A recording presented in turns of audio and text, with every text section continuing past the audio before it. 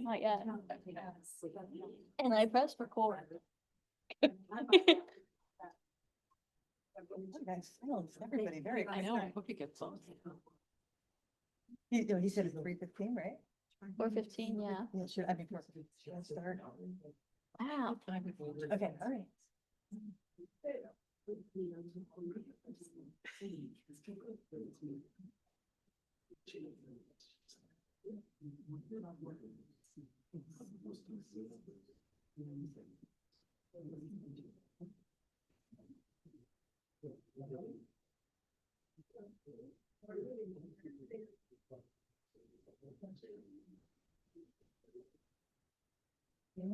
Can't get over this one above me. Oh, that's the thing. Yeah, no, don't do that.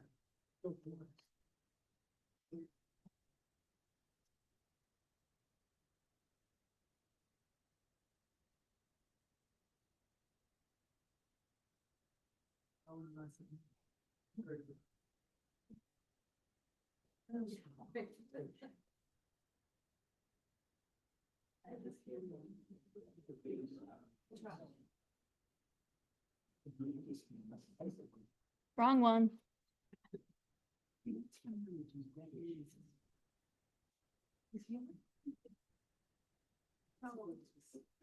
Okay, he's in the meeting. Yeah, right. Okay.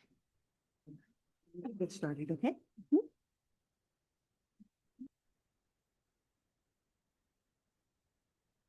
Welcome to our 4th annual Earth Week Forum. Thank you so much for joining us and coming to share this wonderful week with us. I want to do a shout out to all the organizations that are here today. We appreciate all your time and your energy into all the things we've done this Earth Week, and a big shout out to Ellen and Elizabeth. Oh, by the way, I'm Lauren from the Chatham Conservation Foundation. And this year we have a wonderful program about dark skies. Now, this is not always probably a top of mind topic, but it is a very relevant one to coastal communities such as Chatham. And why does this matter? Well, our 2 guest speakers today will hopefully shed light on that subject for you. And luckily, one of our experts is here from Nantucket to help share what they've learned in getting a dark skies bylaw passed. So without further ado, I want to introduce our 2 speakers. We have James Lowenthal, who is an astronomy professor at Smith College, and he is the president of the Dark Sky International Massachusetts chapter. And we also have Gail Walker, who is the founder and president of the Nantucket Lights. She was instrumental in getting the bylaw passed in Nantucket. We're also joined today by Danielle Odell, who's the director of research for the Nantucket Conservation Foundation. So we really appreciate you all joining us today. We are thankful to our guest speakers to bring us this really important topic, and we're so delighted that you're all here to learn more about this topic. We will have a Q&A at the end, so hold your questions to then. And thanks again for being here.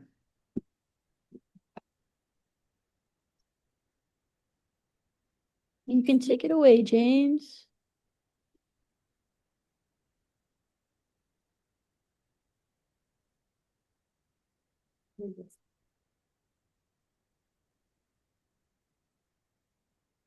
How's that? Can you see my slide now?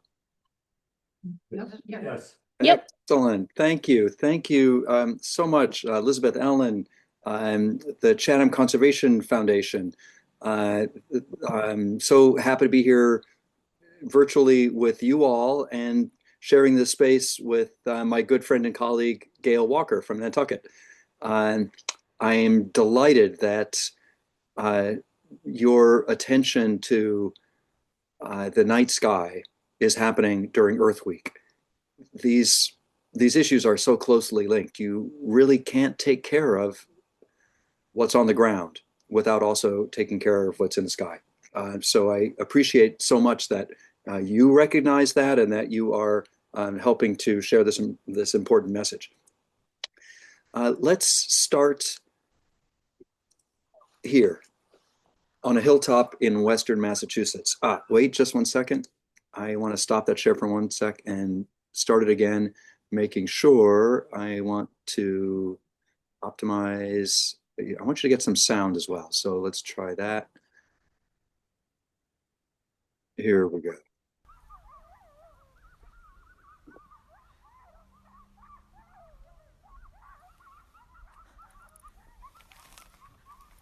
What do you hear? Anything? No. Sound is not coming through at all? There was Okay. a little bit. We heard some birds. Oh, coyotes. Those are coyotes yapping off in the distance. And it's the first time that many of the people I was with were hearing that and having that experience of lying out under the stars and hearing the coyotes yapping at the stars as the Milky Way wheeled overhead, high up on a hilltop in Heath, Massachusetts. Here's another one. Listen.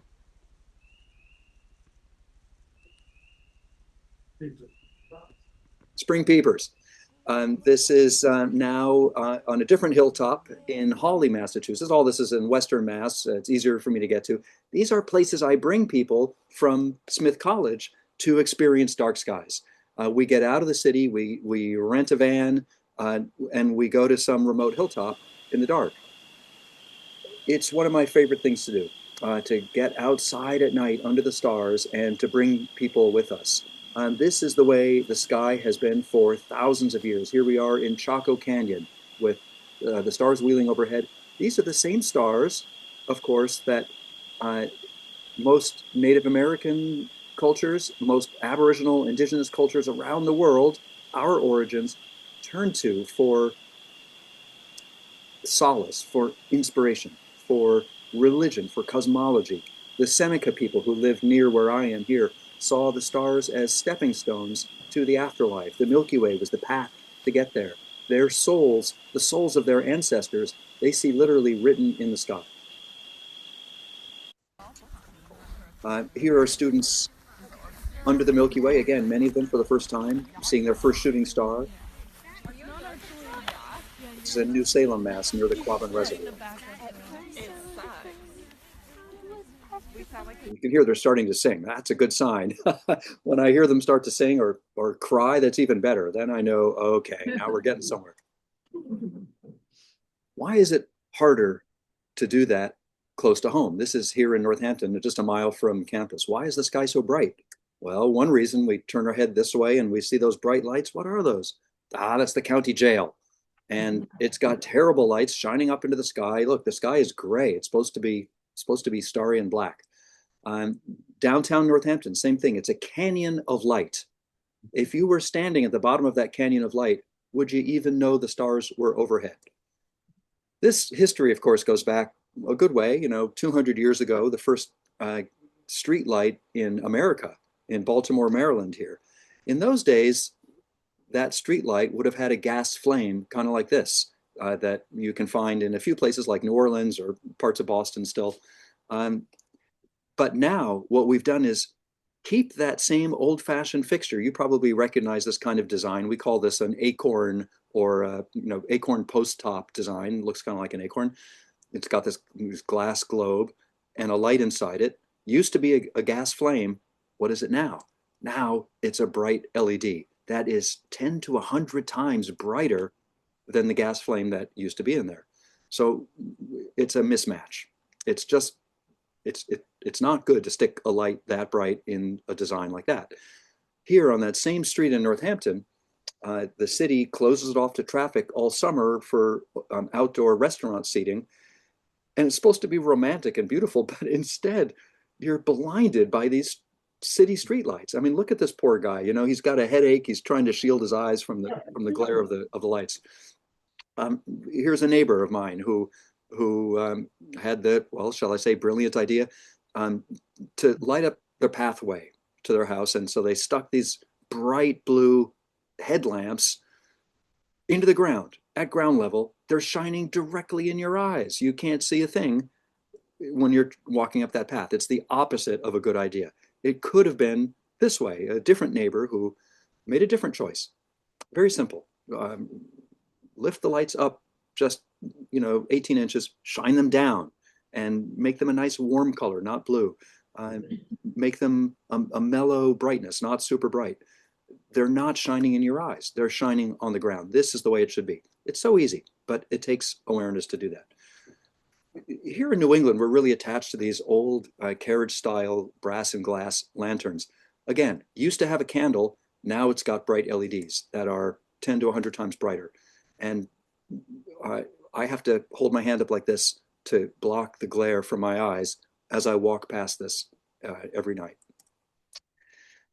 Closer to where you are, this is on Nantucket, where this kind of light is absolutely standard. I walked around there. Thank you, Gail, for hosting us a few months ago, and practically every building, private, public, commercial, had this style of lantern, and it's all contributing at some level to light pollution. So, what is light pollution? Well, we experience it three ways in general. Glare, that's the light poking you right in the eye that makes it hard to see anything else. Light trespass, that's the light that travels off of the property where the light started, maybe into a neighbor's property or even into their window.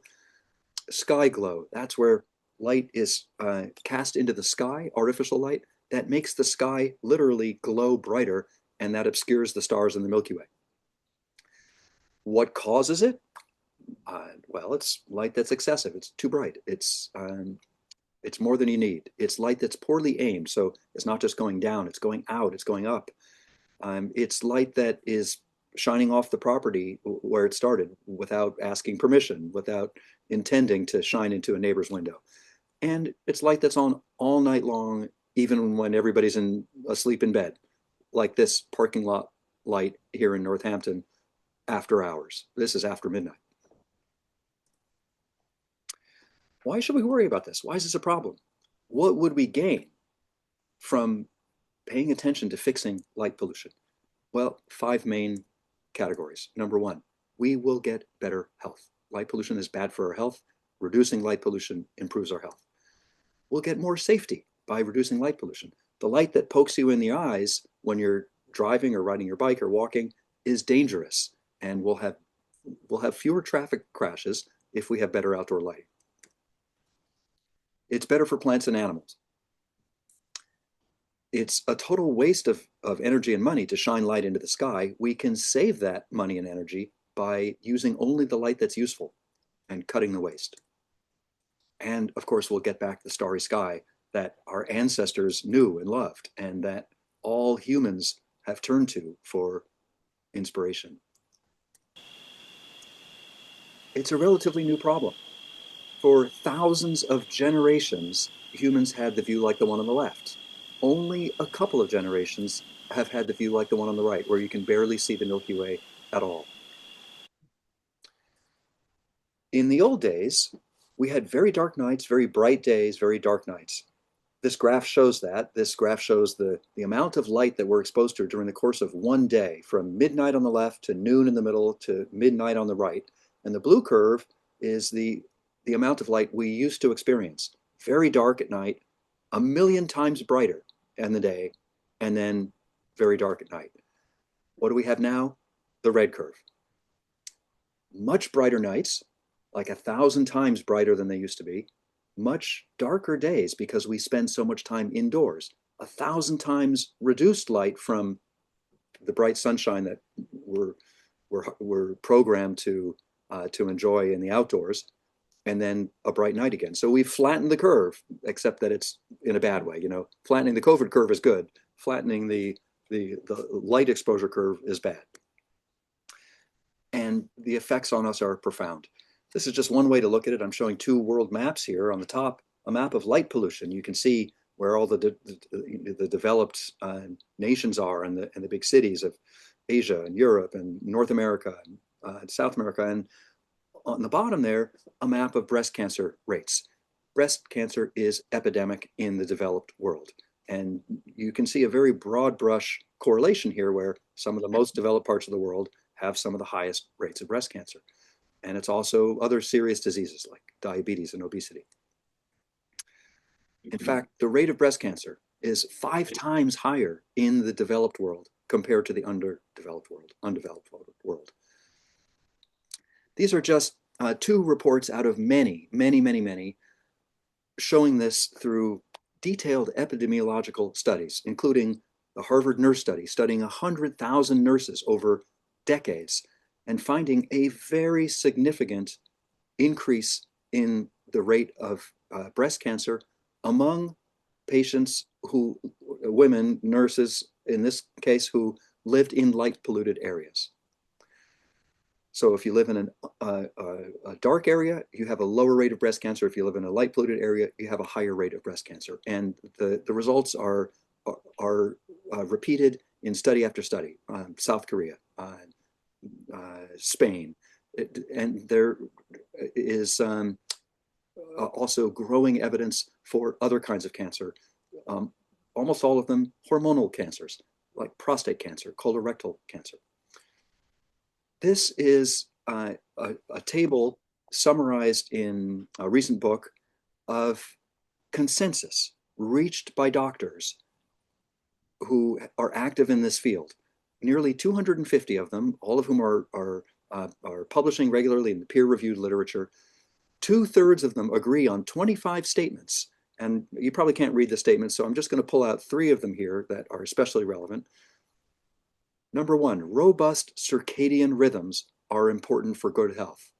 Well, circadian rhythm, what's that? That's your daily cycle, 24-hour cycle that your whole body is on. We experience it mostly as getting sleepy at night and waking up in the morning, but that's only part of it. Your whole body is on 24-hour cycles. Your respiration, your temperature, your digestion. We all know what, most of us know what jet lag is like. If you've ever experienced that, you feel off. You can feel it in your body, your liver, your kidney, your heart. They're all on 24-hour cycles. And that is important for good health. A second point doctors agreed on, repetitive, prolonged exposure to light at night that is bright enough to disrupt those circadian rhythms increases the risk of breast cancer. So they all agree, the data are secure. And finally, exposure to blue light at night suppresses melatonin production. Okay, so let's put this together. How is it then that light, something as benign, useful, beneficial as light, could be linked to cancer? How could that be? And there actually is a mechanism. And it's this. Your eye, in addition to having 3 different color cones and 1 kind of rod for black and white nighttime sensitivity, those are for giving you vision in your eye. In addition, your eye has a 5th sensor. And the sole purpose of that sensor was just discovered less than 20 years ago, is to look for the amount of blue light in your surrounding. And when the sun goes down, the blue light drops dramatically. Your eye picks that up and sends a signal to the brain that says, go to bed. It's time to go to bed. And the way it works is it tells the brain, start producing melatonin. And melatonin makes you feel sleepy, and it starts a cascade of other hormonal changes in your whole body that resets your circadian rhythm, your 24-hour clock. And melatonin is a powerful cancer suppressant. In the presence of melatonin in your blood, tumors do not grow fast. In the absence of melatonin, tumors grow quickly. What your body is looking for then is a boost of melatonin, natural melatonin, as the sun goes down to help your body fight tumors. It's an essential part of our immune system, and we are unfortunately disabling it. We're short-circuiting it with bright blue light at night when we're supposed to be producing melatonin. And this is why the color of light is really important to think about and to be aware of in this topic. This picture shows a range of different kinds of light that you might call white. Even the one on the far left, you might look at that, if your eyes were adjusted to it, you might call that white light, but you can see there are lots of different colors. We put this on the Kelvin scale. The higher the number, the more blue it is. The lower the number, the more sort of amber it is. And what your eye wants to have at night is light that's no bluer than that, than 2,000, 2,500, at the very most 3,000 K. During the day, we want lots of blue for health. During the night, we want no blue. In the old days, the only lights we used were candles, and those have basically no blue light. You can see the graph at the bottom there shows how much of each color is produced by a candle. It's almost all red light. These days, it's very different. An LED light, that's the graph at the top, that's a 6,000 K LED, has this really big blue bump in its spectrum. And the result is it suppresses your natural production of melatonin by as much as 80%. It's practically gone. We're practically not producing any melatonin at all in that environment. It's a direct collision between what your eye is looking for, blue light to go away at night, and new LED bulbs that produce exactly that color of blue. It's a coincidence, and it's a bad one. Recognizing this problem, the American Medical Association 10 years ago recommended don't use any lights bluer than 3,000 K at the very bluest outdoors, and also minimize glare. Here is a short list. If any of you use this website, Zotero, it's a reference site that you can put any database on there. And there's a great database called the Artificial Light at Night, ALAN database, ALAN-DB. And there are over 5,000 papers there. You can filter by different kinds of subtopics, like specifically sky glow or ecology. Here I'm just filtering on human health, just papers in 2025. So there are thousands of papers in the literature about this link between human health and light pollution. Let's turn to the safety issue. Why is it important to think about the design of the light fixture itself and to avoid glare? Why do we want the light to shine down only? Here in this picture, we have a light on the far left, a typical street light, and it's shining light down. That's the deep yellow cone, but it's also shining light out sideways into that person's eyes, into the residence, even up into the sky. That is not helping that person see. It's actually making it harder for that person to see. That's what we call glare. That's the flashlight in the eyes problem. This picture shows a good light on the right of the building in the middle and a bad light on the left. The bad light on the left is shining in all directions, including into the neighbor's house.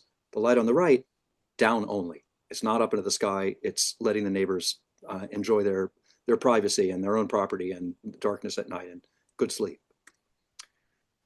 We all know what it's like to be on the road and see the headlights of an oncoming car and how blinding it can be. And many people say, oh, as I get older, I can't see well at night anymore. I can't drive anymore.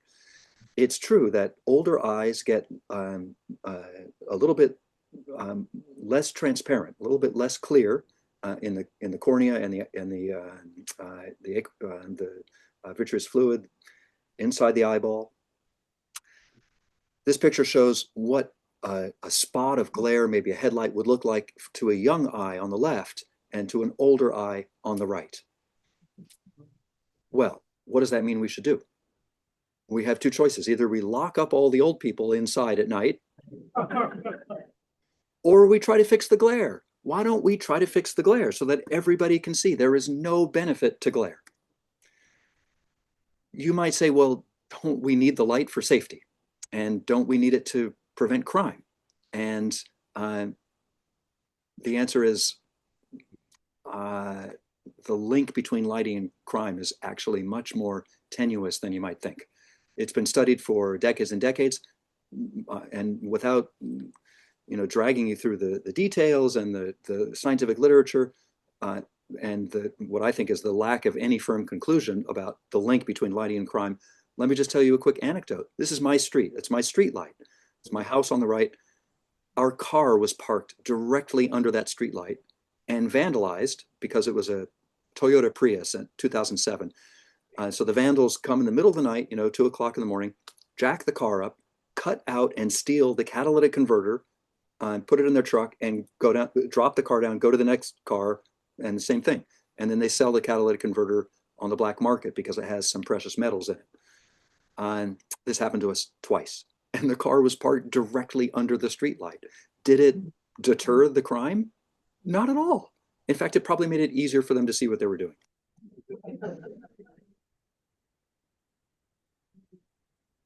This is a sort of classic case of a backyard with a bright light that's causing lots of glare. It's causing so much glare, it's hard to see. It's harder to see than if there were no light at all. If you could just hold up your hand and block the glare like this, you'd see there's somebody standing in the doorway, maybe an intruder.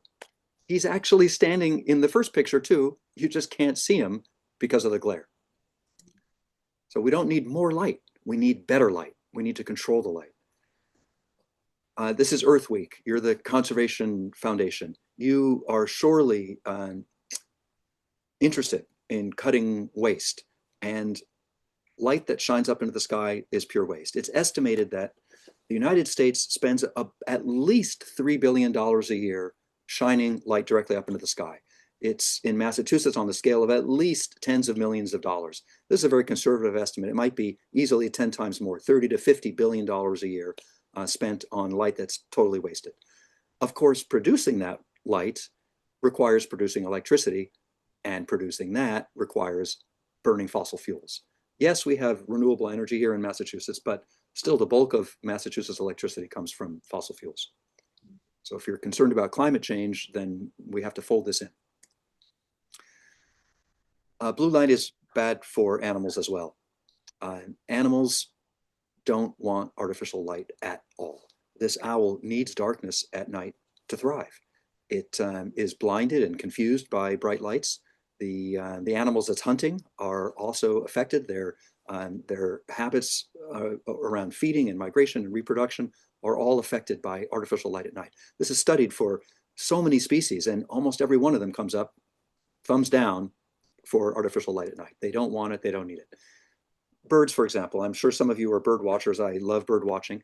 This shows the migration routes of birds between North and South America, inherited over thousands of generations, tens of thousands of years since the last ice age. Birds have been making these trips twice a year, and in such numbers that they show up on weather radar.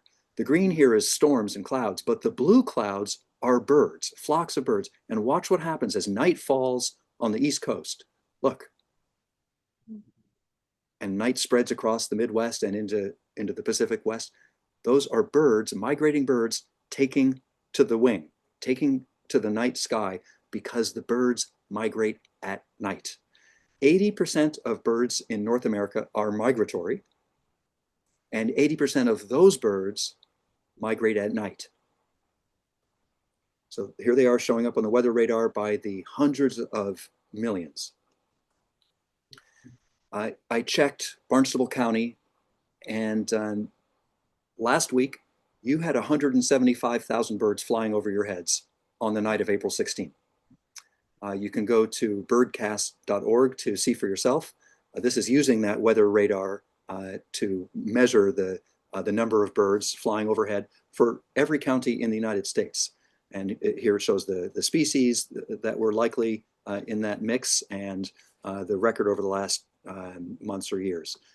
I just love this. And I've been a sky watcher, an astronomer for my whole life, and a bird watcher for much of it too. But only recently have I realized that when I step out and look up at the night sky and see the stars in May and in September, let's say in April now, it's starting already, there is an ocean of invisible birds flying over my head. And we birders, we tend to work during the day, and we see the birds during the day, and they're flitting around in the trees and catching bugs. Well, what they're doing is resting after a long night of flying, and they're fueling up again before they take to the wing at sunset and fly by the millions overhead at night. Here's the problem. Those flight paths take them right over heavily light polluted areas. So here we have both maps at once, and you can see it's a collision course.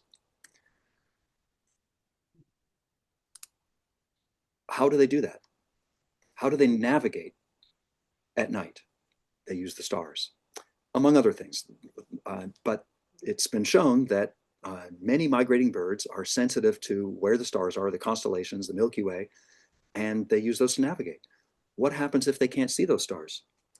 Maybe they end up like this yellow-throated vireo that I found on the sidewalk in Northampton. It's estimated that 100 million to a billion birds die every year in the United States alone due to light pollution.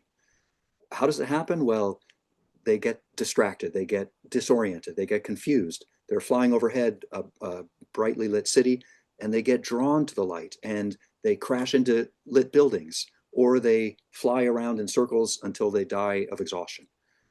It was estimated in a recent paper that artificial sky glow, light pollution in the sky, is the second most important factor that now determines where birds will stop on their nightly flights. And they're not supposed to be stopping in big, bright cities, right? They're supposed to be stopping in natural areas where they'll have a lot to eat the next day. And instead, they're going to the wrong place. So these birds are doing this incredible trip, trying to get from A to B as efficiently as they can, burning a lot of energy to do it. And we've really thrown this big roadblock in their way. Here's one example. These are all birds trapped in light in New York City in the giant beams of light that are the tribute to 9/11. And during migration season, they get trapped by the thousands, so much that a coalition of birders finally convince the building managers in the city to turn the lights off when it reaches a certain density of X thousand birds. And they turn the lights off, and then the birds are released, and they continue on their migration, and then they turn the lights back on, and traps more birds. The predictable result, of course, is a lot of bird deaths. And in major cities all around the world, you can go around during migration season the morning after and find the sidewalks sometimes littered with dead birds like this. It's not just birds, it's fish. You live by the ocean. Migrating Atlantic salmon are sensitive to light pollution. And that light comes from bridges over estuaries, roadside lighting, fishing boats. The fish perceive it as a barrier, and it makes it difficult for them to cross when they're trying to get, again, from A to B. Here is the view from Nantucket Beach on Nantucket, and the tide is coming in and out. Sorry, the movie's not working out. We'll just look at it as a still. Those red lights there are the lights of the offshore wind farm, which is great for renewable energy, but the lights are maybe not so great for the aquatic animals that are living there. And the lights are actually on a system that's supposed to be off all the time, except when it detects an airplane, and then they turn on for safety. But at this point, it wasn't quite working, and thanks to pressure from organizations in Nantucket, it looks as if that's finally going to be successfully implemented. So the lights are off most of the time. I love to think about the animals in my backyard. Coyotes, foxes, bobcats. These are all with my trail cam right here in Northampton, less than a mile from downtown. All these animals are out at night in my backyard. And I love to know that. It just thrills me. And it inspires me to protect this natural area behind my house and to work with the neighbors to ensure that their lights are not shining on all night long and disrupting these animals' lives. What about insects? Well, I don't know about you, but my favorite kind of insect, fireflies. And here are hundreds of thousands of fireflies flitting around on a warm July evening in the middle of the Connecticut River, Elwell Island. And what they're doing, of course, is looking for a mate. They flash, each species has its own signal. It's kind of like Morse code. And they look for each other's matching flashes, and then they can mate. In the presence of light pollution, they just go away. There are some species of fireflies threatened with extinction due to light pollution. Here's a street light, the one outside my house before we fixed it. And you can see it's just buzzing with life. We know what's going to happen to those bugs. They're all going to die. This is a list compiled by Avalon Owens here in Massachusetts of a large number of different scientific papers, different researchers studying different species of insects and studying the different problems that light pollution causes. Each line here is a separate problem related to a different species of insect suffering from light pollution. You might worry about pollinating insects. In the presence of light pollution, the number of visits by pollinating insects drops by over 50%. in the nighttime. And even during the daytime, it drops if you illuminate that area at night.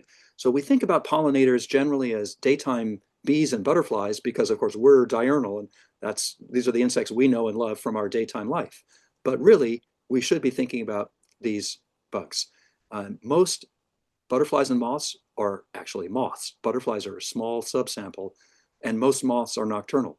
So really, pollination, we have to think about, is happening very significantly, possibly over half, by nighttime insects.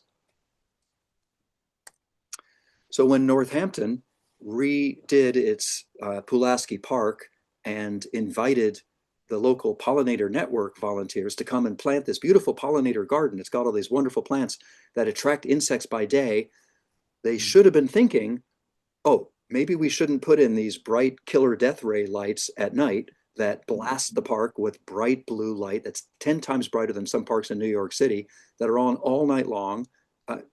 It drives the insects away, it kills them. So a devastating choice here, and we're working on it to try and get the city to fix this mistake. So the bottom line, we all know what would happen if you drained the wetlands of its water. All the animals would die. The same thing will happen if we ruin the darkness at night with artificial light. Darkness is part of the habitat, the natural habitat that this frog and virtually every other species depends on.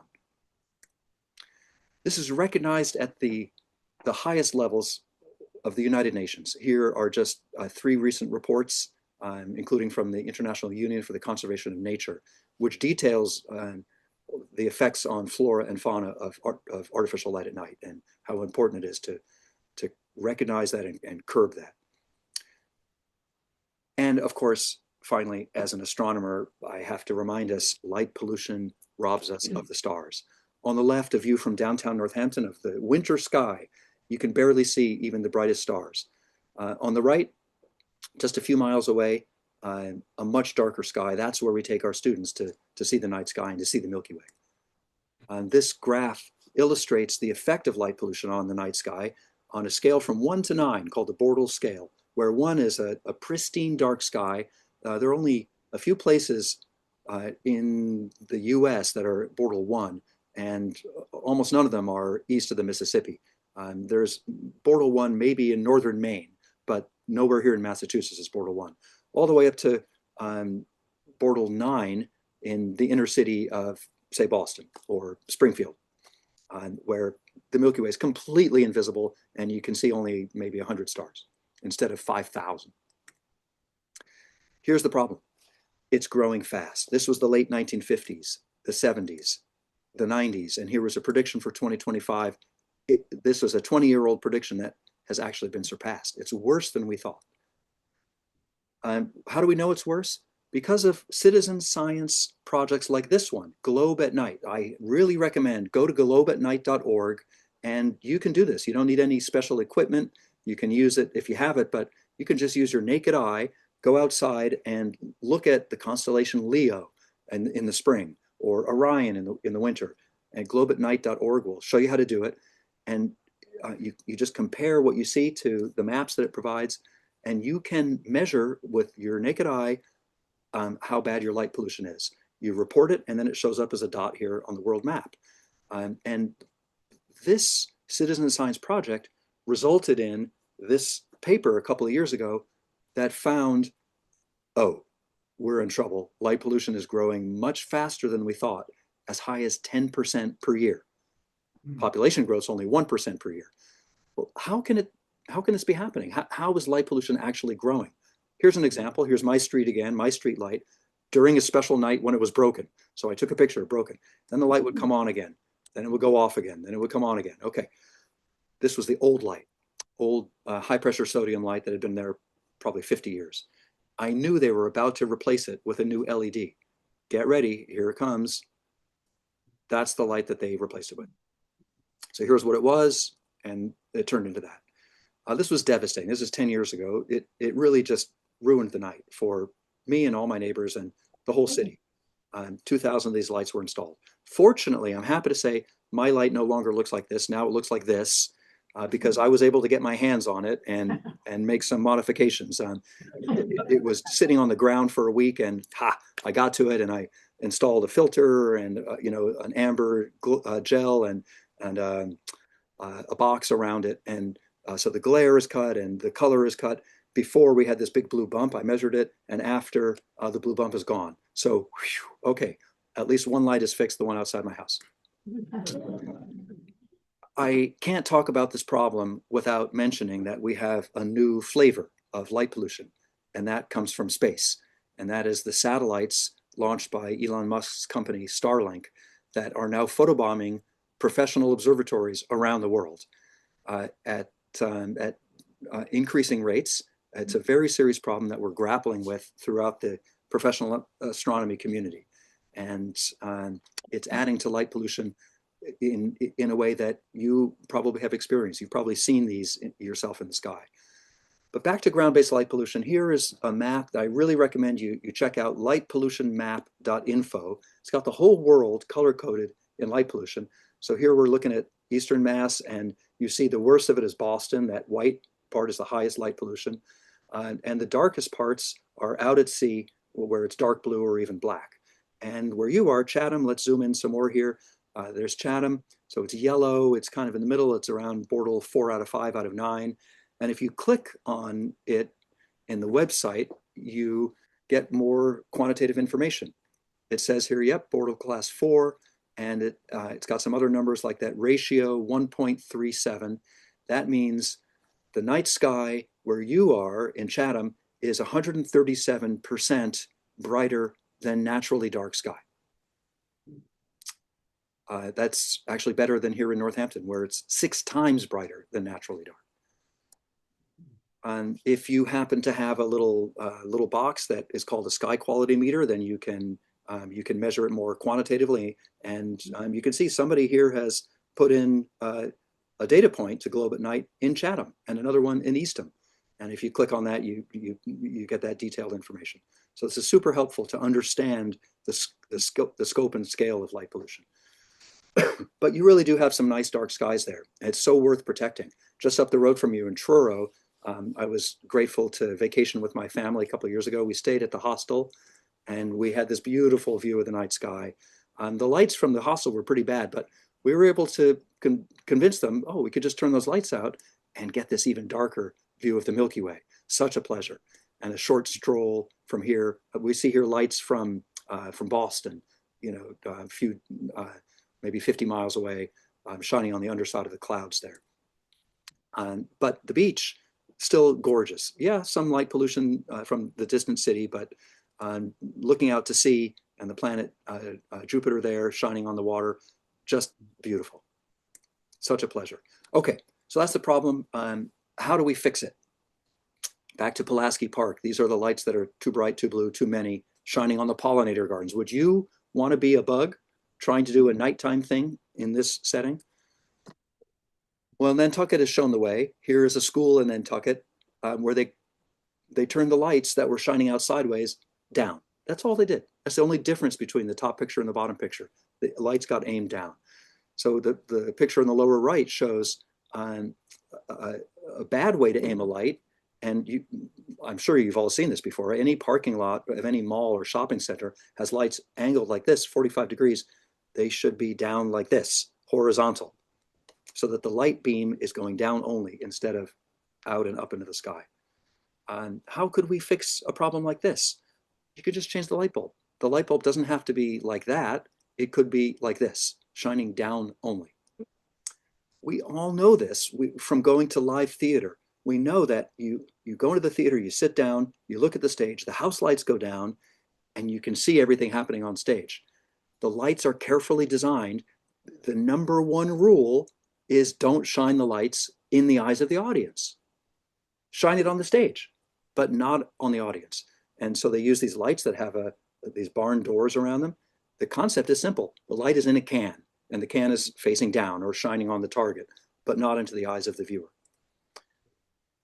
So how do you use a flashlight? Do you shine it on the ground, or do you shine it in your own eyes? Well, we all know you don't shine it in your eyes. You can't see a thing like that. And yet somehow we forget that when it comes to outside lighting. For example, what's wrong with this picture? What's wrong with these lights? They're installed exactly sideways. So any bicyclist or pedestrian at night on this rail trail in East Hampton near me is totally blinded by these lights at night. This is the worst possible way to install these lights. They just didn't know what they were doing.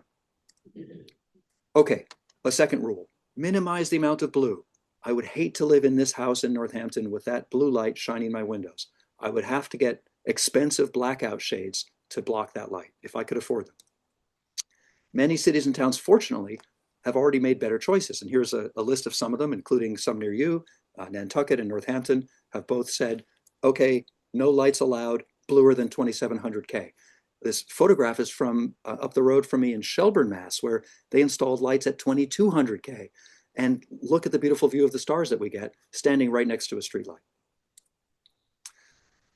3, don't use brighter lights than you need. Minimize the brightness and use controls. Turn them dimmer or even off late at night when nobody's there. It's easy to do. Motion sensors are effective and widely available. Use them. We should never install outdoor lights anymore without timers and dimmers. Especially LEDs are very easy to control that way. I'm happy to say that we were able to convince this high school here in Northampton to turn these lights off. Here I am a half a mile away and they're shining across the field and into the eyes of drivers. But we convinced the high school to control them at night. So now they're on just during school hours and activities and sports, and then they turn them off.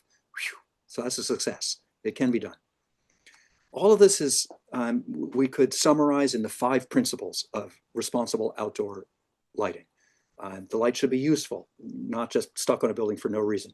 Targeted, facing down. Low level, no brighter than necessary. Controlled, turn it off when you're not using it. And warm color, minimize the blue. So I recommend, if you do nothing else, try to get your business or school or institution to adopt those 5 principles. And that'll start the conversation going about how do we implement it. There are so many benefits to doing lighting right.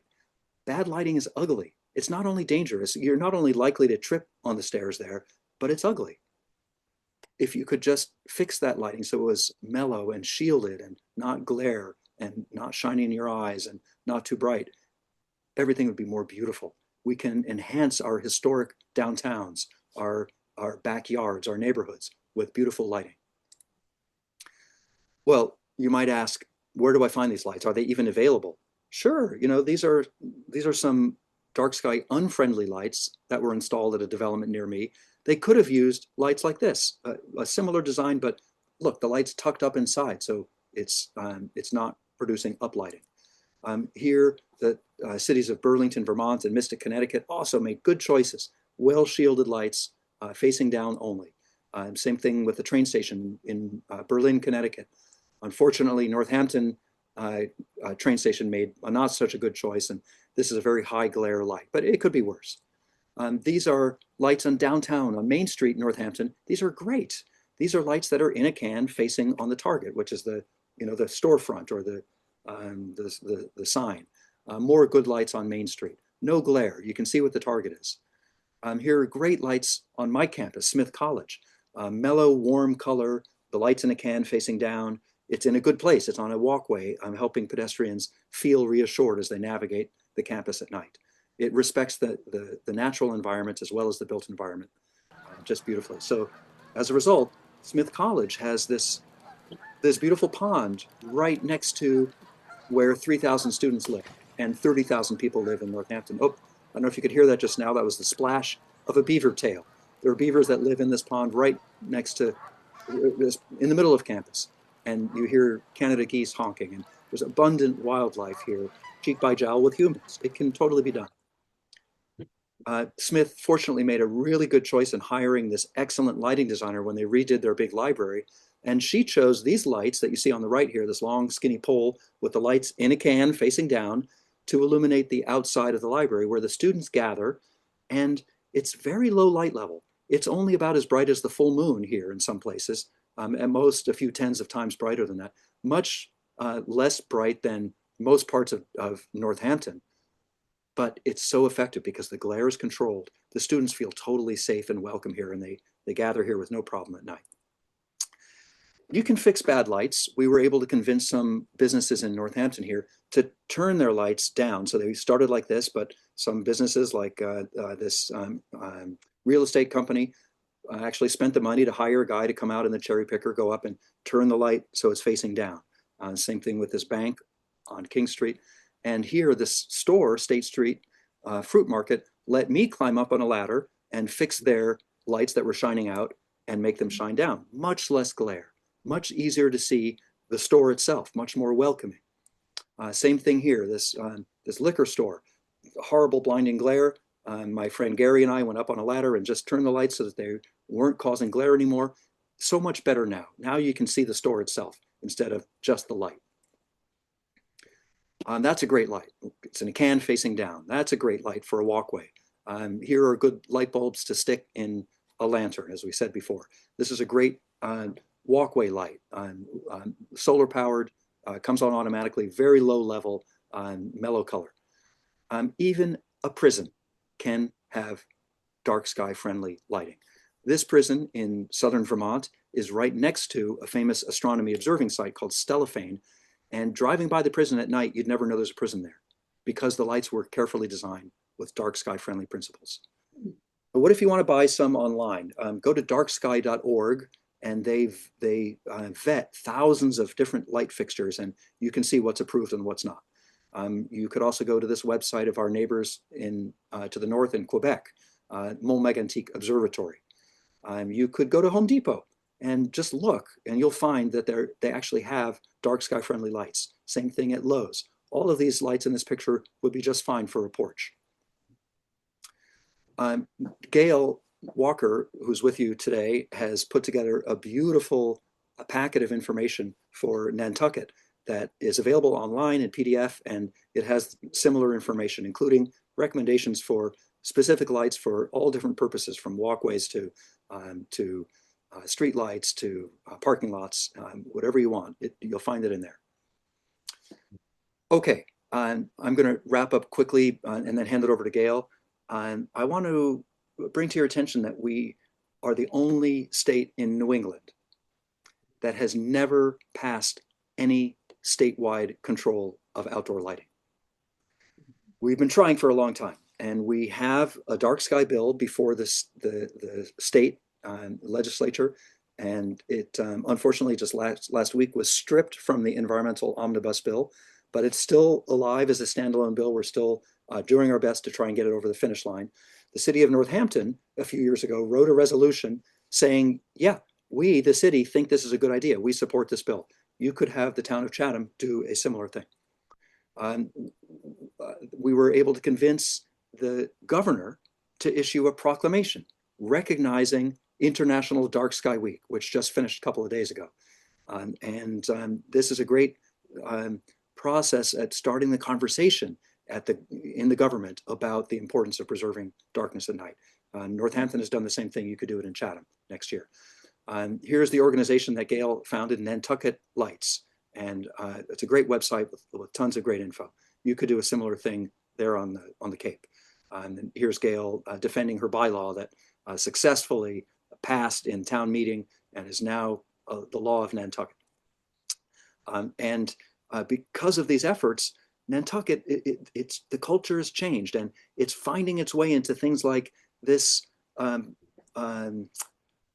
brochure promoting tourism that refers to legendary dark skies in Nantucket. So it's attracting people to the island to experience dark skies, and it's helping promote the culture among the businesses and the residents of Nantucket to preserve those dark skies. And here's a piece that Gail wrote in a local environmental periodical, Nantucket Green Guide, again, you could do a similar thing in your area of the Cape. So when I've been to Nantucket, I've been so happy to be able to see the beautiful skies and enjoy the night relatively unperturbed. Nantucket is currently being considered for certification as an official dark sky community.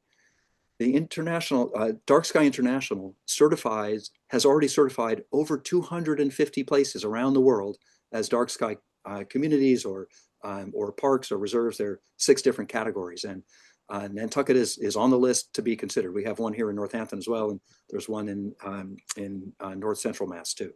But certainly the Cape could be, there are numerous places, communities that could consider this for candidacy. Northampton, where I live, recently updated its outdoor lighting code. It's pretty good. It has some of the essential components that I've already talked about the shielding and not too bright and not too blue and timers and all that good stuff. It took a lot of work. We have the statewide organization, DarkSky Massachusetts, and I invite you to join us. Look at our picture there on our website. It's just up the road from you in Eastham. And this is the National Park Service Salt Pond area. So I'm jealous of the beautiful views of the Milky Way that you get if you go there. I took a look at Chatham's lighting controls available online, and there's not much there, but I know you're working on it, so I'm here to help. This is what's currently there. There's some language about illuminated signs and how they shouldn't be too bright. Okay, that's good. It's a good start, but needs to be stronger. Your zoning says, okay, motels, hotels, and restaurants, the exterior lighting should be designed so it will not cast direct light or glare upon adjacent properties. That's good, but needs to be stronger. There are no numbers in here. It needs to say what's allowed and what's not allowed and how it's going to be measured. And we can help you with that. We actually have a model ordinance. Here it is on our website for DarkSky Massachusetts. This is our contemporary outdoor lighting bylaw. You can just copy it and try to get your town to adopt it. You'll have to do groundwork, legwork first. You got to do the work behind the scenes to get people on board, and Gail can tell you all about that in Nantucket. It takes a couple of years, but you'll get there. So here I'm wrapping up with a list of suggestions for things that you might consider doing to control outdoor lighting in Chatham. Enact a strong ordinance. If you do nothing else, we'll take your money. Give it to us at DarkSky Massachusetts, and we'll spend it doing this good work. Better yet, join us as a volunteer and help us strategize. Join one of our 4 committees and help us get the word out in whatever way works for you that builds on your strengths. And here's some other tips. In general, we have to think about this as a broad conservation and environmental issue. And that's why we partner with the Appalachian Mountain Club and with Sierra Club Mass and with Mass Audubon and with conservation foundations like yours. This is a message that you can bring to your place of work or your kid's school, or if you're associated with a college or university, you can teach the importance of protecting dark skies in your own classes. Above all, have fun. The night is about magic. It's not just fear and darkness and danger and crime. It's also beauty and wonder and stars and romance. So let's keep track of that. To summarize, light pollution is bad for all these reasons, but it's easy to fix. And when you fix it, it's a win-win. There is no disadvantage, no downside at all to fixing light pollution. I'm going to finish with, sorry, excuse me. This view should have been a movie. Is it going to go? Yes, here it is. Of Comet Neowise, which many of us watched during the pandemic. And it was just a magic opportunity to connect with people at a time when we were so isolated and we were all locked up in our houses, but we could go outside individually safely and look at this special visitor from the far reaches of the solar system and enjoy it together. And maybe your loved ones were on the other side of the world seeing the same comet, and what a pleasure that was. And my hope is that we can do this in our own backyards, even in cities and towns, by controlling outdoor lighting so that we bring back natural darkness at night. And with your help, we will. Thank you so much. And I'll turn it over to Gail now for more about Nantucket specifically.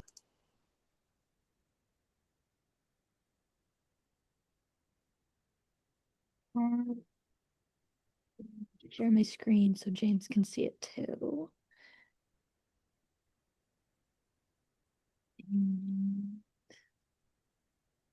How do I get this to size up here? So I should be able to control it right here. Yeah, you can. Not working. I think you have to put it in play. I feel like an amateur. Where is it?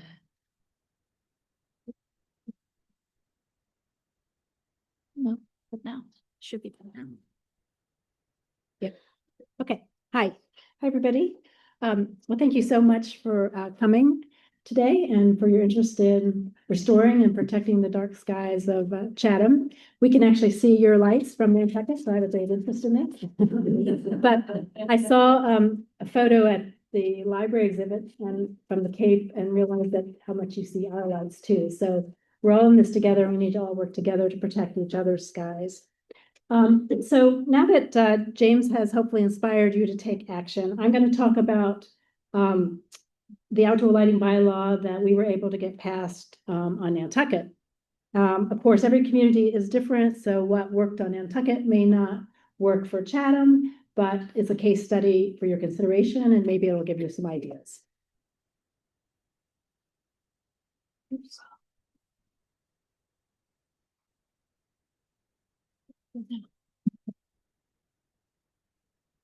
So this is the bylaw that I was able to get adopted at the 2023 annual town meeting.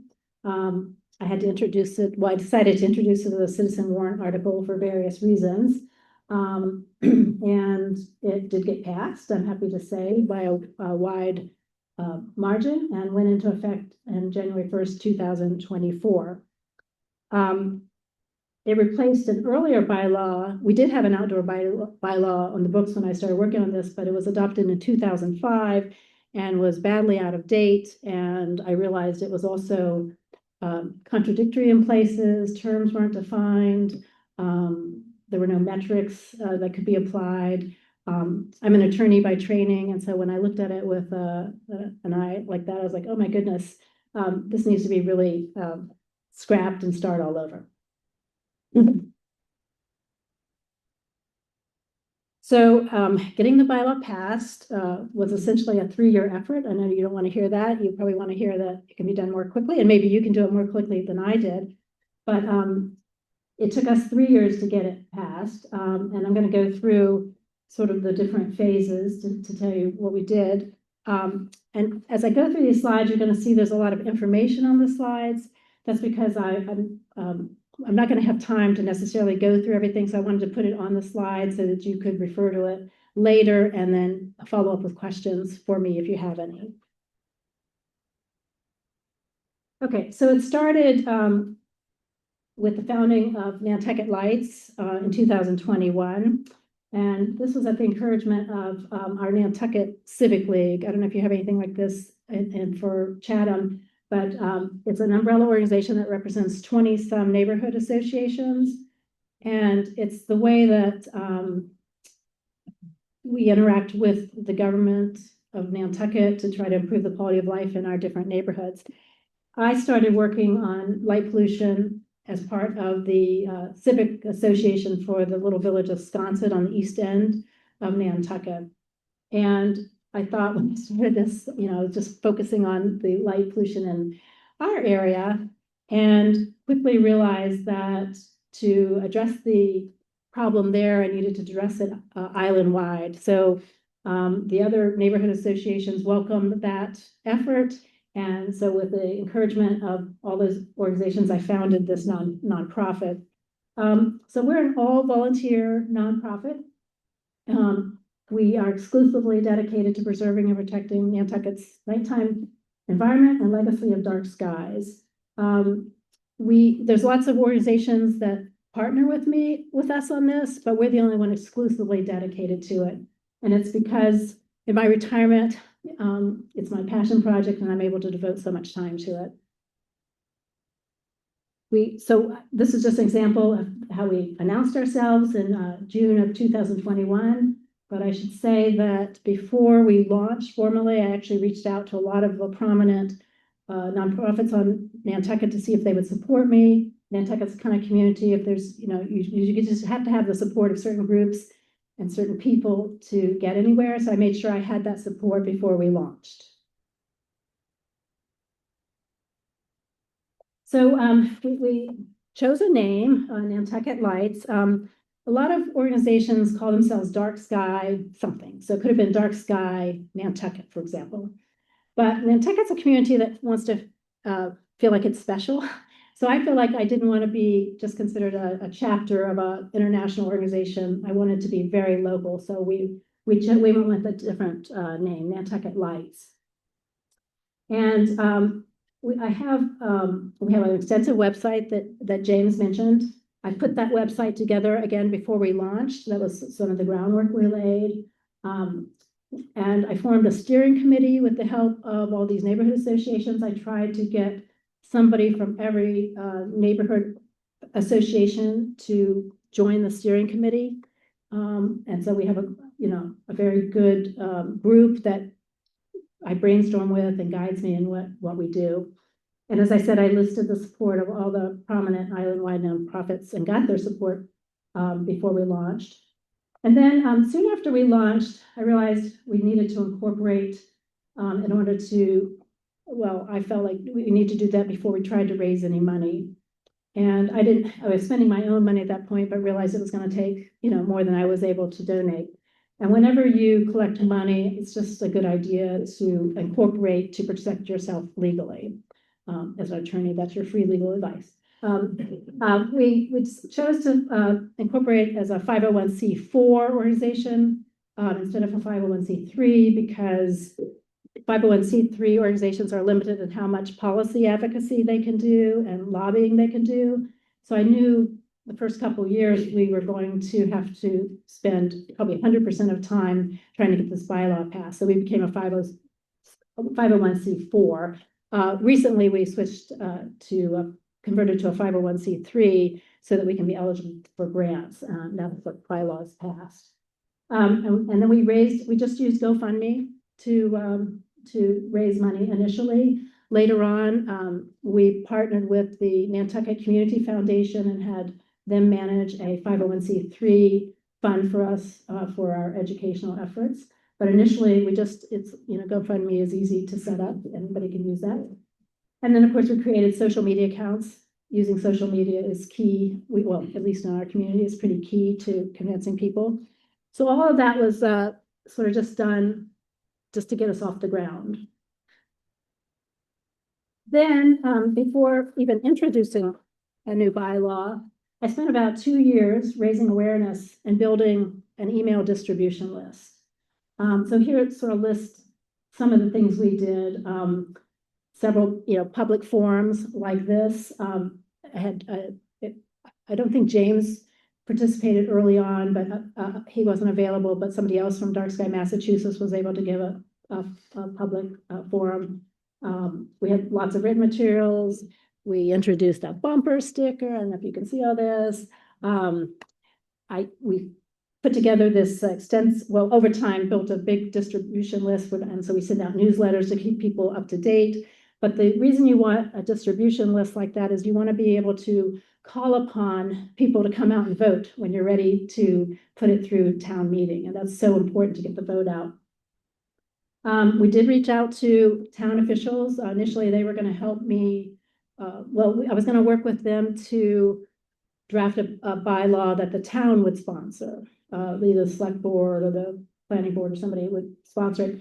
But I found that process too slow. They basically didn't have anybody who could spend the time that's needed to come up to speed and draft a bylaw. So basically I did all that myself, but with their support and their input, introduced it as a citizen warrant article. Another thing we did was I had a lighting designer come in and assess town-owned lighting to give them an idea. Elizabeth? To give them an idea of what it would cost. Can you, it's back on, okay. Am I stepping in something? Okay. Where was I? Oh, so again, before introducing the bylaw, I just tried to assess the outdoor lighting of the town to see if it was even compliant with the existing bylaw, and it turned out a lot of it wasn't. And that sort of helped, I think, get the town support for when I introduced a new one. The WPI students, I don't know if you know that program where they come around to communities and offer help. They did a project related to converting our streetlights to LED. That helped raise attention. We did a Nantucket star count using the globe at night procedure campaign. Again, all these things just to, draw attention to the issue.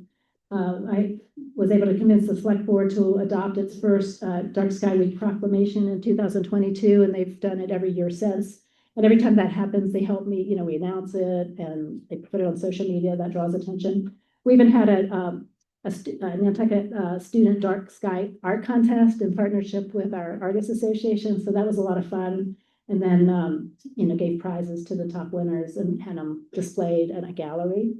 And then we started a sky quality monitoring program.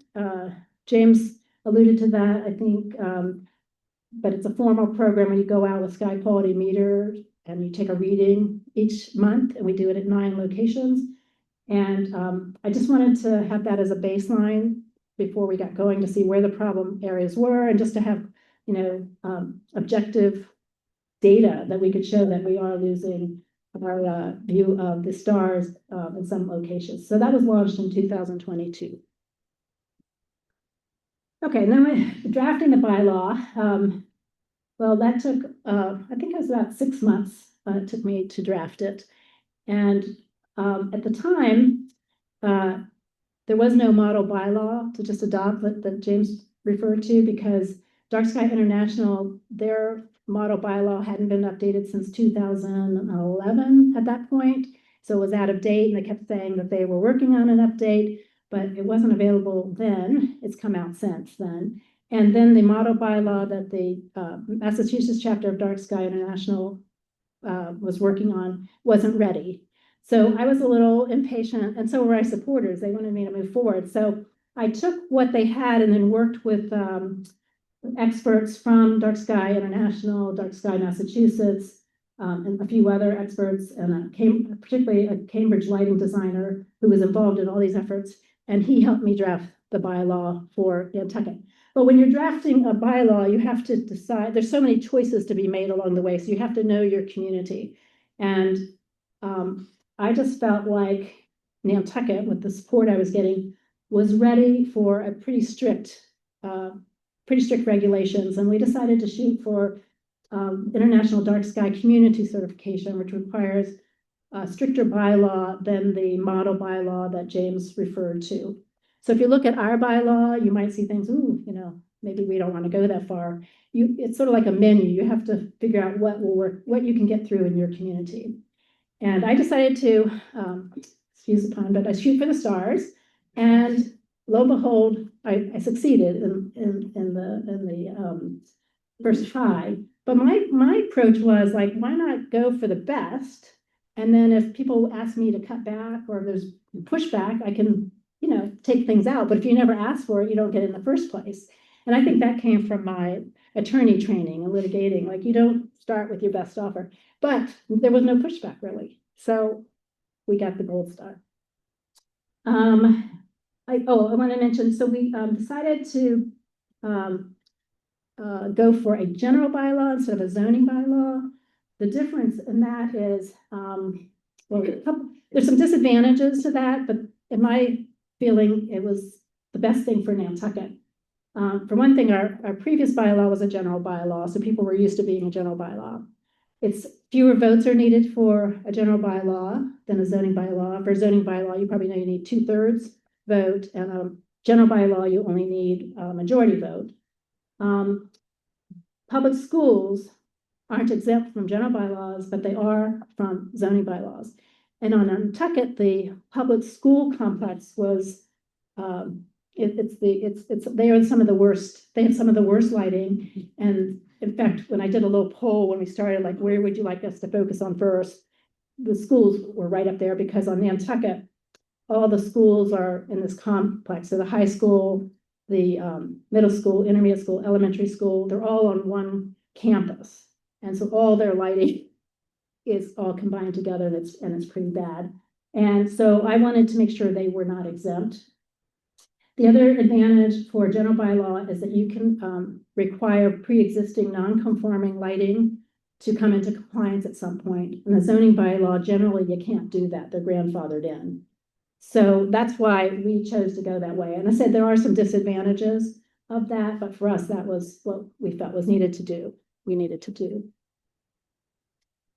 So then we set about trying to win endorsements. I reached out to everybody I could think of, island-wide organizations, did so many presentations explaining the bylaw, trying to get feedback and getting their endorsements.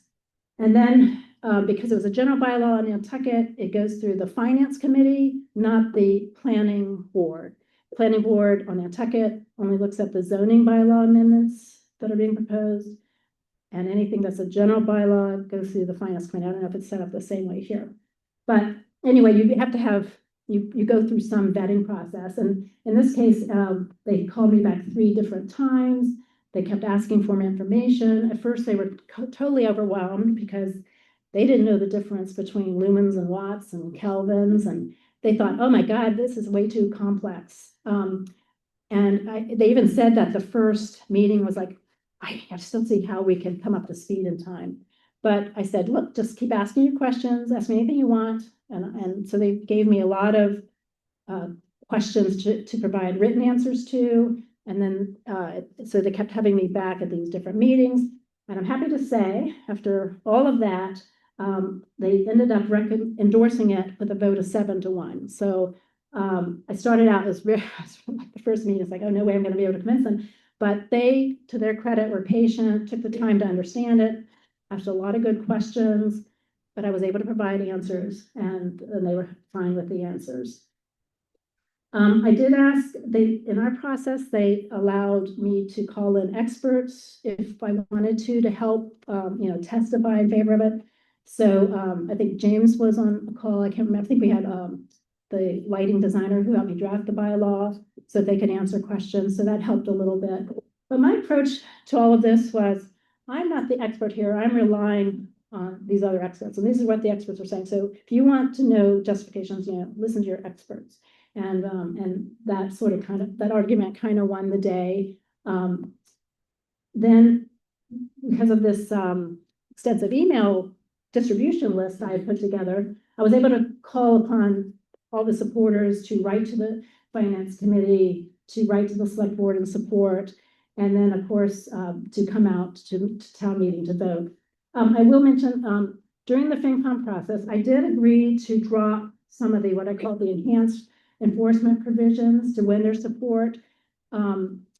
And I'm glad I did that. I had to decide that sort of on the fly, but decided to do that. It was better to have their endorsement than them working against us.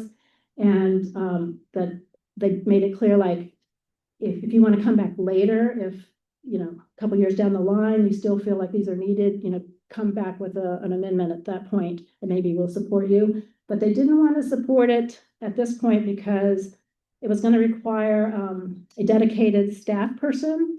And we have a real problem on Nantucket with affordable housing and filling town positions because people can't afford to live there. So they're really working on that and building a lot of housing for town employees. And they said, basically, let us try to solve that problem and then come back when we're able to hire somebody to focus on, to do what you're suggesting to do. And I can get into that later if you want. But that's how I won their endorsement. And then getting the vote, gosh, we did so much prior to town meeting. I just treated it as like a political campaign, but we had a dedicated webpage where people could go to for updates, any kind of information. We distributed flyers. We did a targeted mailing to everybody who voted in the last annual meeting, which I figured those were the ones most likely to come forward to vote at the 2023 town meeting. We did radio ads, we did yard signs, lots of social media posts, we bought ad space. I did op-ed and letters to the editor. And I said in-person and Zoom presentations to anybody who would listen to me. And then really importantly was being able to call on our supporters to come and vote. And then at town meeting, we prepared handouts, which are allowed, and I lined up others to speak in favor of it, not just me. And Danielle Odell from the Nantucket Conservation Foundation gave a lovely speech, much better than mine, I'd say. And then anyway, we had a few people lined up to speak in favor, so that I didn't want them to think it was just me wanting this. And of course, if you look at the recording of it, there's lots of back and forth. I was very nervous because I felt like the naysayers were more vocal than were outnumbering the people voting in favor, and I was getting nervous. But we won. It was adopted by a wide margin. We only needed a majority vote, and we won over 2/3 of it. So if I had wanted to do a zoning bylaw, it turns out I probably could have gotten one passed. It was approved by the Attorney General. It goes through a review process, but was approved that fall, and then went into effect by its terms January 1st, 2024. The pictures on the right I want to show you. The bottom ones are like right after the vote was announced. And I was so relieved. Like I said, I was so worried it wasn't going to pass. I immediately broke into tears. And when I was looking at the video again to sort of remind myself of all this in preparation for this, it like brought back, it was like, PSTD. But I found it was really hard because our town meeting is very contentious, and there's a lot of people who who like to get up and say mean things. And I remember, Danielle, do you remember this? Somebody got to say, what should we listen to her? She's not even a full-time person, and she's relying on experts from Cambridge. Like, what do they know? And I was like, oh, but luckily the whole room gasped at that. And I think that lost him that vote. But did I mention, so I didn't mention that there was a motion to amend. And I didn't find out about it until just moments before town meeting was going to start, because, well, under the rules at that time, you didn't have to give notice. So out of the blue, in retrospect, I should have expected it, but I was new to this. It was the superintendent of schools who made a motion to amend, and her motion was to exempt all town-owned lighting, all public schools lighting, and the hospital lighting, basically 3 of the big offenders. And I was like, oh God. And she's a very respected person on Nantucket. People usually listen to her. She usually gets her way. She had packed the room with teachers and admin to vote against it. So if you watch me, if you look at the recording, just remember this like really threw me. It made me very, very upset and nervous, because she had never come forward during any of the finance committee hearings to raise objections. She didn't respond to, my outreach to say, do you have any concerns? Happy to meet with you, talk things through. And then when she got up to oppose it, it was clear she hadn't even read it closely or understood it. And it just really threw me. So it was very traumatic for me, but it did go into effect. This is just quickly trying to sort of, when I'm in my mind, I was like, what were the keys to success that I could pass on to you for your advice? It was educating the community about light pollution and all the harm before even introducing a new bylaw. Because when you introduce a bylaw, it can be very technical, and people are like, oh. So let them focus your community first on all the harm, and like that you need to do something before you hit them with the solution, I think. Building an email distribution list, I mentioned that a couple of times. Gaining the support of respected island-wide organizations was key to us. I'm sure, it looks like a lot of the conservation groups are here. Like, if you can get everybody working together, that helps. Get expert help. I mean, this is a technical field. You need help. It's not easy, but there's no models out there that you can follow, and experts like James you can call upon. Have a website so that you have something to refer people to for more information, because in any kind of forum, you can't cover everything. So if you look at our website, you'll just see lots of information. And just know that for us, anyway, it took a lot of donations. I wasn't willing to pay for it all myself, but all those things I talked about, like the radio ads and the targeted mailing and the yard signs, all that costs money. And it helps, I think, when people donate and they feel vested in it, like, and it was also an indicator of how much support I had. And especially leading up to town meeting, I put out a call like, well, if we're gonna do all these things we wanna do, it's gonna cost this much money, and the donations rolled in. And so I knew that people were really, gonna help me through this. Then I just want to talk a little bit, I know I'm running out of time, but what we've done afterwards to try to achieve compliance. James already mentioned this guide that we put out, and it's quite long. It's available on our website as a PDF, but you can see it's quite long. But one of the things people said leading up to is like, oh my God, how am I ever going to comply with this? It's just so hard. And I said, don't worry, I will provide guidance and practical tips. So after it passed in May, I spent the rest of that year writing this guide. And again, with the help, I had it vetted by lots of people helped me with it. But it is important once you pass it to help people to comply with it. It's not just it's not just simple. Like you got to teach people It'll come back. what kelvins are and lumens are. Okay. Okay, all right. So weird why it's doing that. Another thing I did, hello.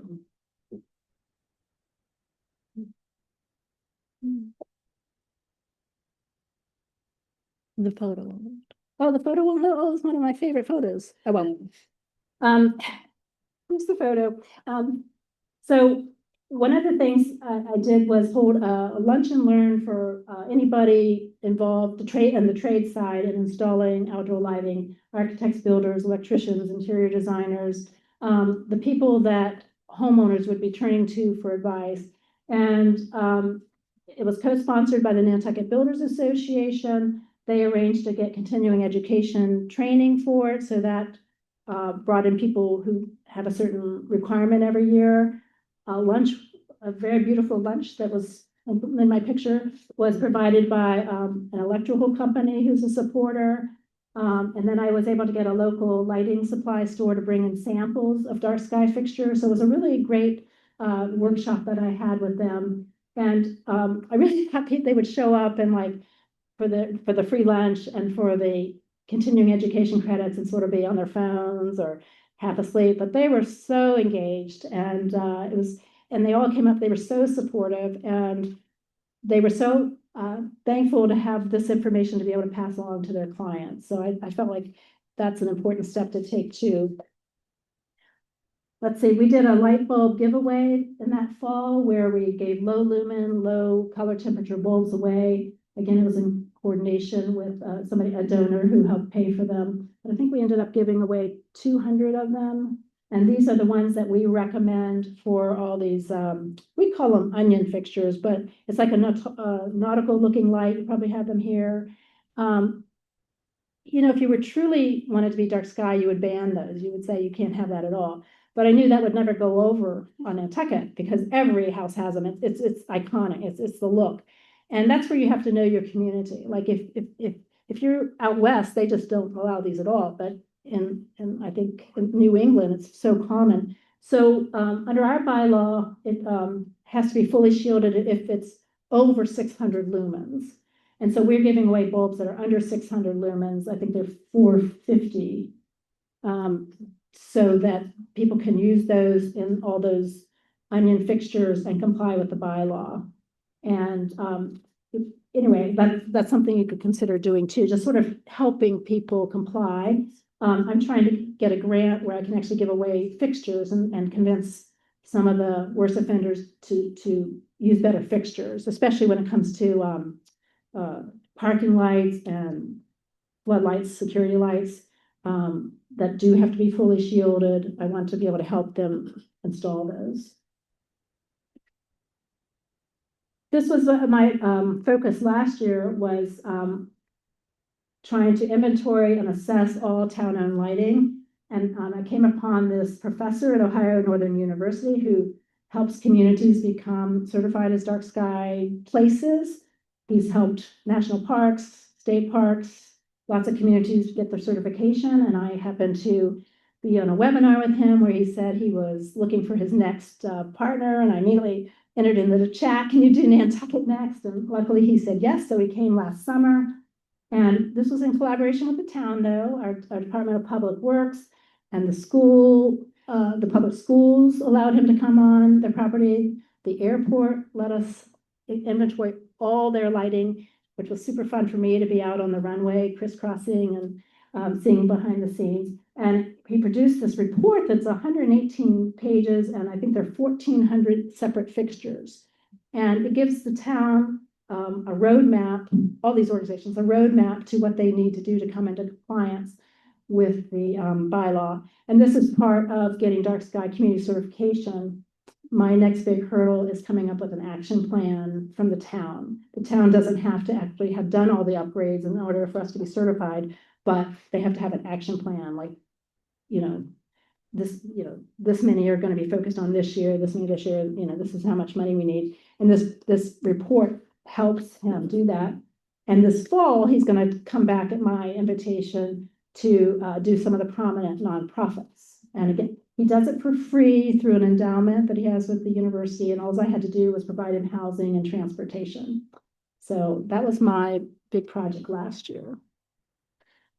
And then just here's some ongoing things. We have a radio ad campaign going that is about 4 months a year, featuring a local actor who's very popular. We run print ads. For example, on the right is one of the ones, our standard ones.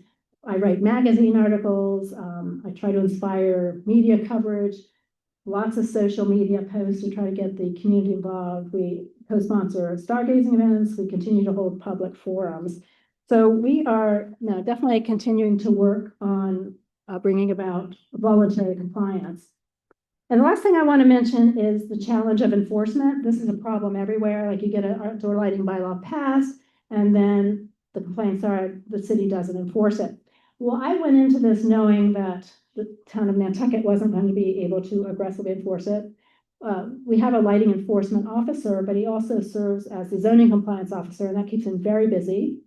He also, by his job description, can't go out at night, which is a bit of a problem when you're trying to take the measurements and see. And it's also all complaint based. But that's a problem. You wish you would like the town to be able to enforce all the regulations, but there's lots of regulations that they have to enforce. I mean, they just don't have the resources. So what we are going for is a cultural change. And this article that one of our local media outlets published this year talks about all the bylaws that aren't enforced on Nantucket and why. And it's complicated. It might be worth a read because you might have some of these problems too. But the conclusion is perhaps the only effective way to enforce Nantucket regulations is to rely on a cultural shift, spurred on by education and effective communication. So that's really where we're focusing our effort. But I love that last part. It's one thing to pay a fine, it's another to bear the scorn of your neighbors. So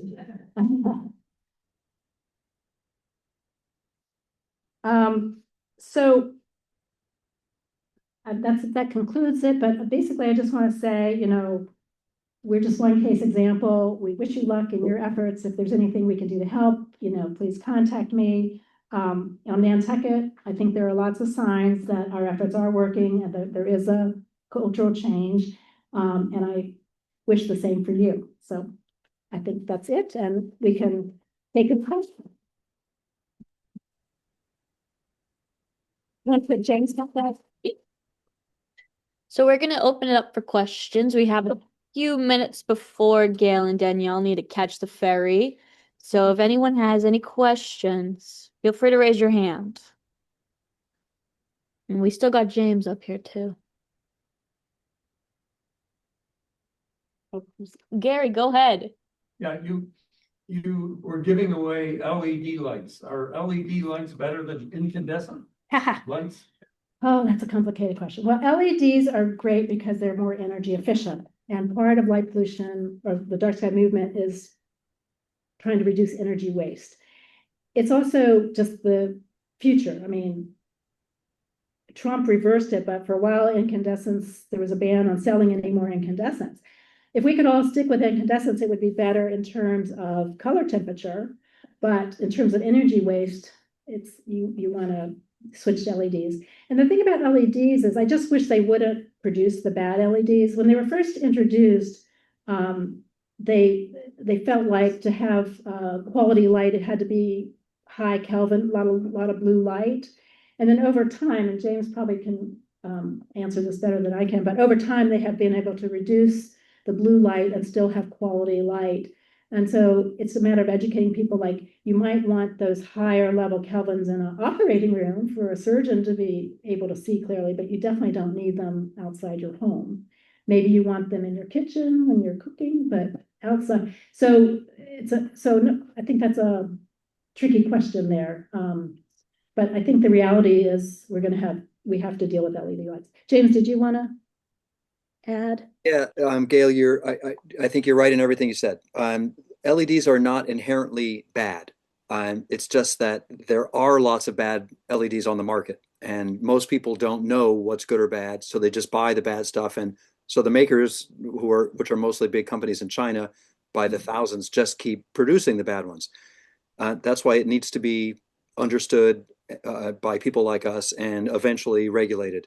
I highly recommend reading this book, The Light Doctor, which spells out in very clear but detailed, thorough description what the issues are regarding human health.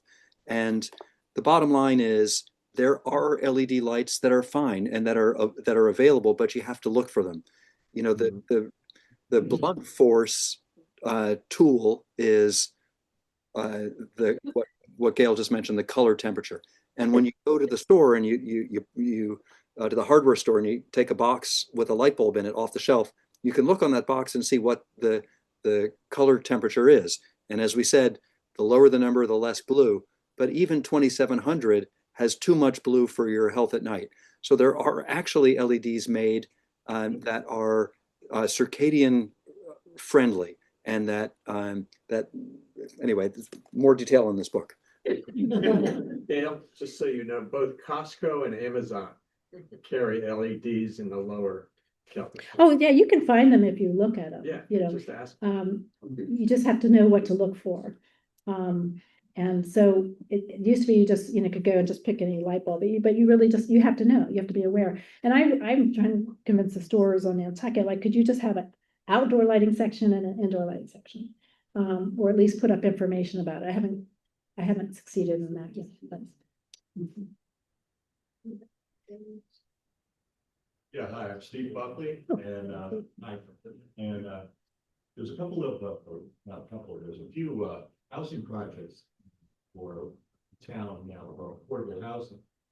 And I have raised during the hearings on one of the projects, the former Buckley property, that they comply with the Orleans ordinance, not knowing that much about the Orleans lighting ordinance, which I understand is above average. But anyway, is there something that any person here, besides rattling off lumens and Kelvin and all this other stuff, to be able to say, to point to some simple standards to say, in addition to making it look New England-y or quaint or something like, like you were pointing out in Nantucket, that to point out that there's something to point to that's simple. And I think you might have pointed to the 5 different things, but to keep it simple.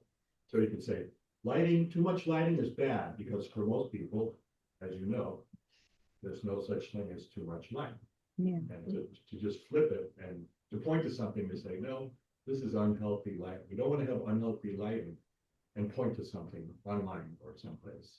I just want to know if there's something simple, not without buying a book. Well, I think you nailed it. The 5, if you don't have an ordinance to point to, the 5 principles. Mike.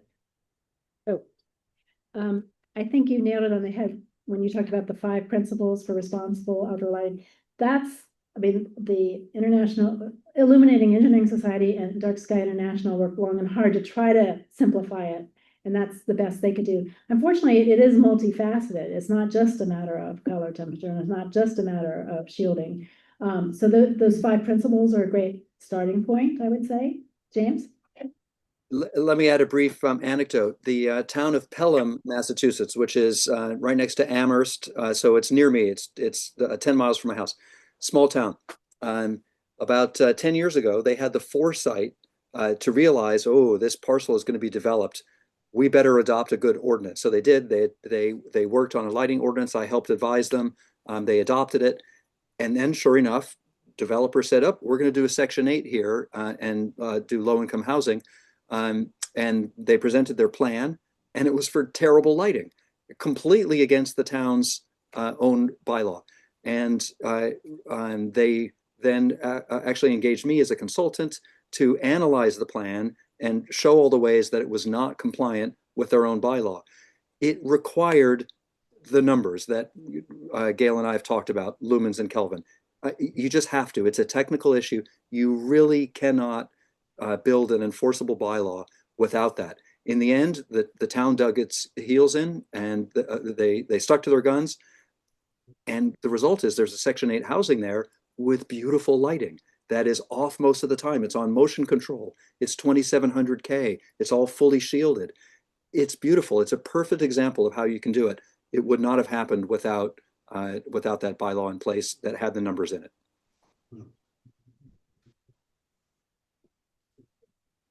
Gail, where did you end up with the schools? Well, anecdotal, I guess, but you might have heard about it because it's been in the news. There's an article that's going to be voted on in our annual town meeting in 2 weeks. It has to do with athletic facility improvements. The big controversy is over artificial turf versus grass field. But part of the plan is dark sky compliant lighting. And the same superintendent who tried to, sabotage the efforts. I loved hearing her the other day at a public forum arguing in favor of this, touting the dark sky compliant lighting as a selling point for it. And I just love that coming out of her. And so I felt like, okay, I've got her attention now. So when that consultant came and analyzed the light, they have a lot of improvement to do. And whether they will budget for it or not, I don't know. They do have until January 1st, 2029 to work on this. I hope the fact that the facilities director cooperated with us in getting the inventory and assessment means they're going to look at changes. Some of the changes are easy. Others, when they did a renovation not too long ago, unfortunately, they put in 3000 Kelvin or higher. And so they need to replace those, which will be expensive. And I think the pushback is, but we don't want to replace those because they're so new. LEDs last a long time. But the culture really is changing. Everybody likes dark sky, dark sky, dark sky. And I just feel like if they don't comply, there's just going to be such a backlash against the school.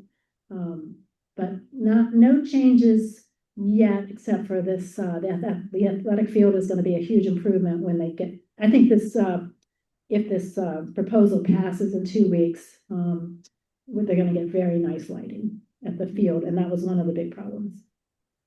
But I thank you. I forgot to mention that. That's part of the culture change that's happening.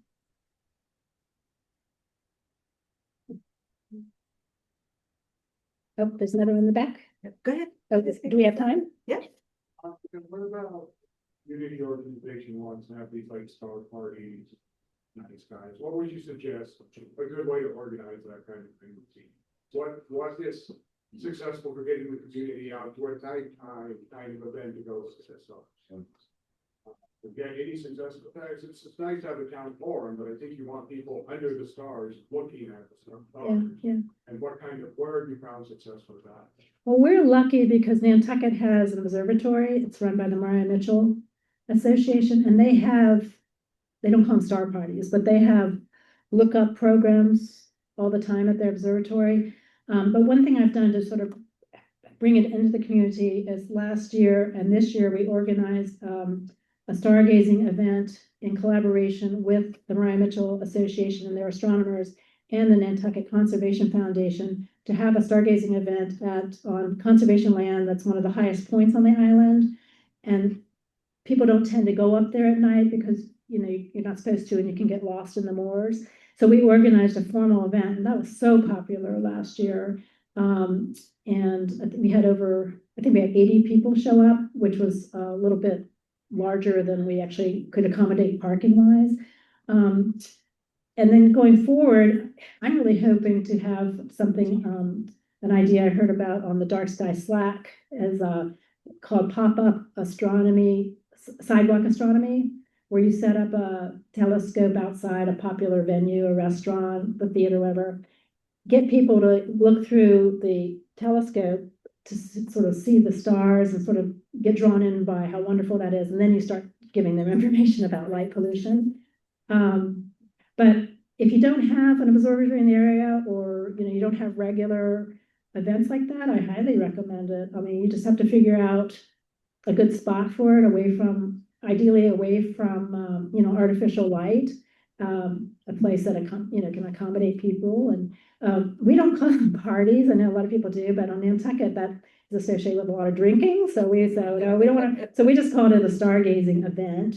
And my idea is like maybe I take it to different parts of the island, but if you can take it to a special place that maybe they don't have permission to go to otherwise, that helps.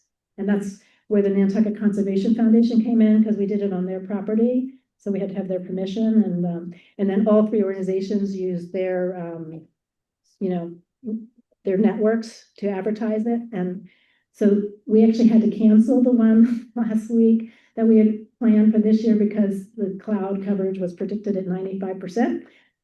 That's a problem for us in April in Nantucket, but we might try again in October when it tends to not have that problem. Thank you. James has done stargazing events even outside of Northampton, right, James? You want to tell him about the Boston one being planned? Didn't you do a Boston? Yeah, we astronomers do this all the time. I mean, it's just part of our culture. There's, as Gail said, for International Dark Sky Week, and in tandem with Space Week, Massachusetts Space Week, which is happening right now, there is a star party planned on the Boston Common. So the idea is just that. It's like sidewalk astronomy. Bring the astronomers, bring the stars, bring the telescopes to where the people are. It's not a dark sky site at all. It's the Boston Common, but you can see Jupiter and the moon and other bright objects, and you'll see them through the telescope. I grew up in New York City doing this, and there's a long tradition of this. San Francisco's sidewalk astronomy culture runs long and deep.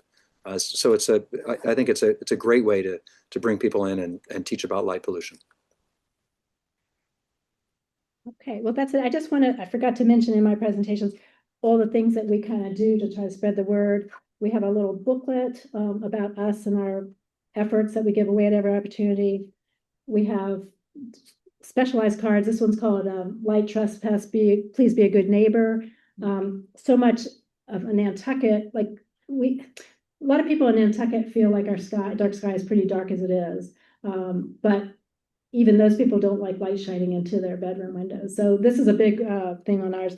And then at request of supporters, this year we're introducing refrigerator magnets and window clings that say, save the night, please keep outdoor lights to a minimum. And this is to remind guests in your house, renters, forgetful family members to turn off unnecessary lights. So this is our latest campaign. So I have all this stuff up here if you want to look at it, our outdoor lighting guides up here. So, but thank you very much and good luck. Thanks, everybody. Dave and Gail, thank you so very much for joining us today. And I just want to thank everybody for your participation.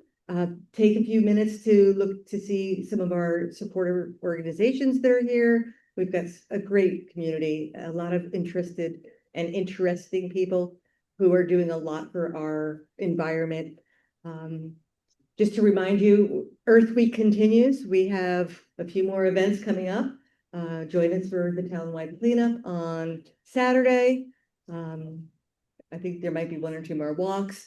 Monomoy, the Friends of Monomoy had a stargazing event planned that they will be rescheduling because they too had inclement weather. So keep your eyes open for other activities and events. And we really, truly appreciate all your your support and participation. Thank you again.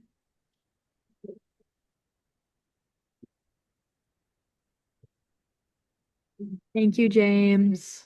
Thank you. Great, great meeting you, and good luck with the rest of your event. Have fun tonight. Thank you so much. Have a good one. Thanks, James. Thank you.